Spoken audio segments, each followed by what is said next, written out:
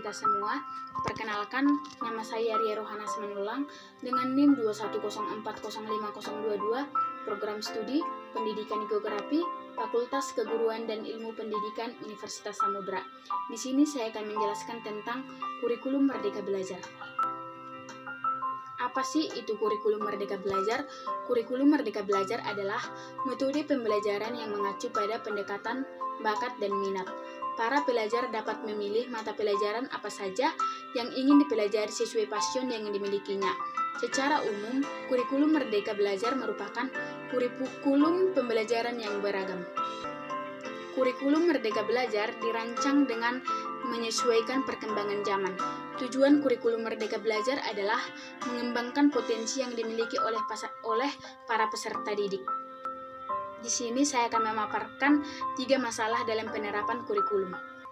Masalah yang pertama adalah kurangnya akhlak mulia peserta didik. Di kehidupan sehari-hari, akhlak generasi saat ini semakin merosot, yaitu disebabkan salah satunya karena globalisasi atau perkembangan zaman, tetapi juga disebabkan karena pergaulan temannya, bahkan mungkin karena kurangnya pendidikan yang menekankan pendidikan akhlak etika dalam proses belajar mengajarnya, atau kurangnya dalam menekankan pada anak bahwa akhlak itu sangatlah penting, sehingga banyak peserta didik yang tidak menghargai orang-orang di sekitarnya dan tidak peduli tentang etika sopan santun yang baik dan benar. Masalah yang kedua adalah masalah potensi, kecerdasan, dan minat peserta didik.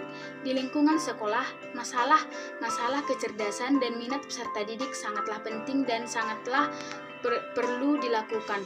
Tetapi pada saat ini masalah tersebut sering diabaikan oleh peserta didik dan siswa-siswa.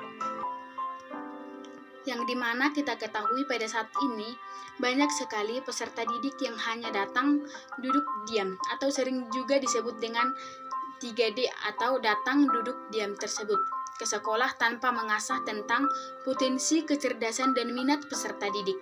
Dan banyak juga sebagian dari guru maupun dosen yang tidak peduli tentang peserta didik yang hanya datang ke sekolah tanpa memperhatikan peserta didiknya. Yang penting dia bisa mengajar dan mampu mengajar di sekolah tersebut.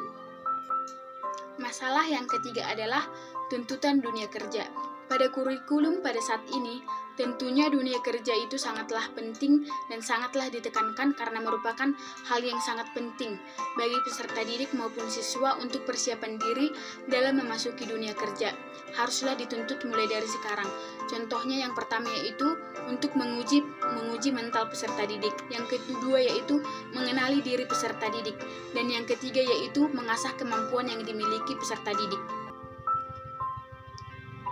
Tetapi pada zaman sekarang, banyak peserta didik yang tidak peduli dan tidak mau belajar dalam memasuki dunia pekerjaan.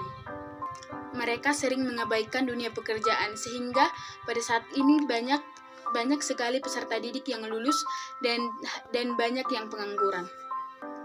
Di sini saya akan menjelaskan tentang solusi dari masalah kurikulum dari akhlak mulia, masalah potensi, kecerdasan, dan tuntutan dunia kerja itu adalah solusinya adalah peserta didik harus mempersiapkan diri dan mau belajar tentang semua yang harus dilakukan untuk penerapan kurikulum yang dilakukan untuk menerapkan kurikulum itu dengan baik, supaya diri peserta didik harus mempersiapkan diri dan mampu bersaing di dunia luar dengan baik dan mampu berdaya saing di luar sekolah, dan mampu berdaya saing di luar negara. Dan juga guru dan dosennya peserta didik harus sama-sama saling mengerti, memberikan arahan supaya mampu bersaing di luar dan supaya peserta didik mengevaluasi diri dengan baik dan sangat benar untuk mempersiapkan masa depan yang lebih cerah lagi, dan mereka harus belajar mulai dari sekarang. Harapan saya tentang kurikulum Merdeka Belajar adalah diharapkan untuk mampu mengembangkan potensi para peserta didik dan mampu unggul dan harus mampu berdaya saing di luar. Dan dengan kurikulum Merdeka Belajar, peserta didik harus memperkuatkan kompetensinya dengan baik dan benar.